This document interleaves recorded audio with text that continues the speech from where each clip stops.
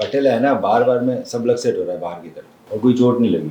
कुछ लोगों के आप जैसे ये नी का मॉडल देख रहे हो, तो ये लेटरल तरफ हुआ, ये मीडियल हुआ, ये लेटरल कॉन्डाइल उठा हुआ है, मीडियल दबा हुआ है, ये ऊपर होता है, ये ऊपर होता है तो ये रोकता है इसको। सो कुछ लोगों की ये फ्लैट होता है, फ्लैट होता है तो सर्जरी बड़ी हो जाती है, पर इसका बार बार में सब लक्सेट हो रहा है तो इसका MPFL ढीला हो गया है। ढीला हो गया है तो एक बार इसको वापस बनाना पड़ेगा, तो ये डिसलोकेट नहीं होगा। अब MPFL बनाने के लिए डबल बंडल रिकंस्ट्रक्शन होता है और अभी बड़े एडवांस इम्प्लांट्स आ गए हैं। सो MPFL में क्या होता है बेटा, आपका ये लिगामेंट ढीला हो रखा है तो ये नया बन जाता है। नया बनने के लिए हम ये पटेला इसमें 2 छेद करेंगे, है ना। सॉलॉक एंकर होता है, ये 4.75 mm मतलब आधा सेंटीमीटर का लगभग हो गया डायमीटर इसका, उसका ड्रिल करते हैं 2। इन दोनों के बीच में डिस्टेंस भी एक्यूरेट होना चाहिए और उसके अंदर हमने मांसपेशी का टुकड़ा हैमस्ट्रिंग टेंडन लिया, पतला सा एक लेते हैं, वो वापस उग जाता है। एक जिग आती है हमारे पास, ये देख रहे हैं अभी एंटीरियर पोस्टीरियर लिखा हुआ है, उसको रख के एक्सरे के माध्यम से एग्जैक्टली कहाँ छेद करना है फीमर में, वहाँ छेद होता है, कहीं भी नहीं होता, बिल्कुल एनाटॉमिकल पॉइंट है MPFL में। उसके लिए जिग ज़रूर चाहिए मुझे, बिना जिग के मैं करूँगा तो मैं ऊपर नीचे जा सकता हूँ, जाऊँगा तो फिर प्रॉब्लम आएगी।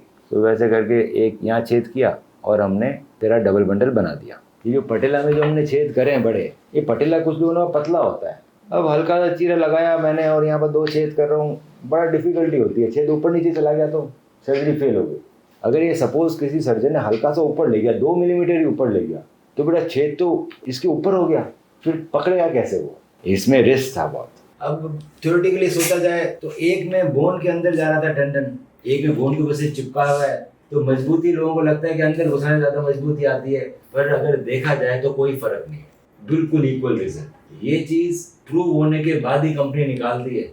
ये एक्सपेरिमेंट डॉक्टर्स कर चुके 10 सालों से कि मैं टेंडन को अंदर घुसाऊं पटेला के, या मैं बाहर ऐसे रखे 2 एंकर से चिपका दूं, सो मेरा रिस्क कम हो जाता है, मेरी पेन कम हो जाता है, दोनों के अंदर रिजल्ट में कोई फर्क नहीं है, पर इसमें कॉम्प्लिकेशन कम है। वो छेद करने में मुझे भी डर लगता था, 10 बार शूट करना पड़ता था एक्सरे से, गलत छेद हो जाए, सर्जरी फेल हो जाए, गलती तो हो सकती है बेटा। जितना ज़्यादा एक्सपीरियंस उतनी गलती कम, पर गलती होने के चांसेस तो रहते हैं। कुछ लोगों का पटेला वीक होता है, पटेला पतला होता है, उन्हें बिना गलती करे ही फट जाता है। अब ये करते हैं, ये सबसे मिनिमम है।